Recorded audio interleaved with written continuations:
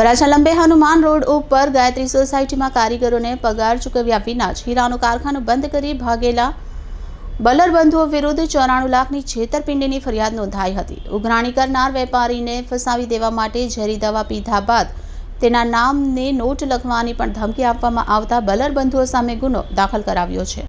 Varachha લંબે Hanuman road ઉપર ગાયત્રી સોસાયટીમાં કારીગરોને પગાર ચૂકવ્યા વિના જ હીરાનું કારખાનું બંધ કરી ભાગેલા બલરબંધુઓ વિરુદ્ધ 94 લાખની છેતરપિંડીની ફરિયાદ નોંધાઈ હતી. ઉઘરાણી કરનાર વેપારીને ફસાવી દેવા માટે ઝેરી દવા પીધા બાદ તેનું નામની નોટ લખવાની પણ ધમકી આપવામાં આવતા બલરબંધુઓ સામે ગુનો દાખલ કરાવ્યો છે. કતારગામ રોયલ પાર્ક બંગલોઝમાં રહેતા અને નંદુ ડોશીની વાડીમાં કાચા હીરાના વેચાણની ઓફિસ ધરાવતા ભીમજી વેલજી ઇટાલિયાને તેમના દલાલ જનક કેવડિયા મારફત યોગી ચોક પ્રમુખ છાયા સોસાયટીમાં રહેતા અને લંબે હનુમાન રોડ સ્થિત ગાયત્રી સોસાયટીમાં હીરાનું કારખાનું ધરાવતા વિપુલ અર્જણ બલર સાથે પરિચય થયો હતો. તેની સાથે તેનો ભાઈ અલ્પેશ બલર પણ હતો. અલ્પેશ ગારિયાધારમાં કારખાનું ધરાવતો હોવાનું જણાવ્યું હતું.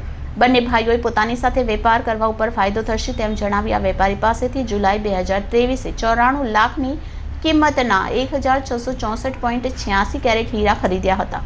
90 દિવસની મુદત પૂરી થતાં નાણાંની ઉઘરાણી કરવા વેપારી જ્યારે ગાયત્રી સોસાયટી સ્થિત કારખાને પહોંચ્યા ત્યારે ત્યાં તાળું જોવા મળ્યું હતું. તપાસ કરતા કારીગરોને પગાર ચૂકવ્યા વિના જ કારખાનેદાર ભાગી ગયો હતો. તેણે આ રીતે અન્ય વેપારીને પણ છેતર્યા હોવાનું બહાર આવ્યું હતું. તેમજ નાણાંની માંગણી કરનારને નાણાં ચૂકવવાના બદલે તેને ધમકી આપીને ડરાવવાની નીતિ પણ બલરબંધુઓ અપનાવતા હોવાનું કહેવાય છે.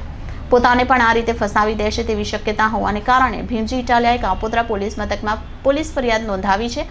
આ ફરિયાદમાં તેઓએ એવું પણ જણાવ્યું હતું કે જ્યારે ફોન પર તેઓનો સંપર્ક કરવામાં આવ્યો ત્યારે નાણાંની ચૂકવણી કરવાના બદલે ખોટા કેસમાં ફસાવી દેવાની ધમકી પણ આપી હતી.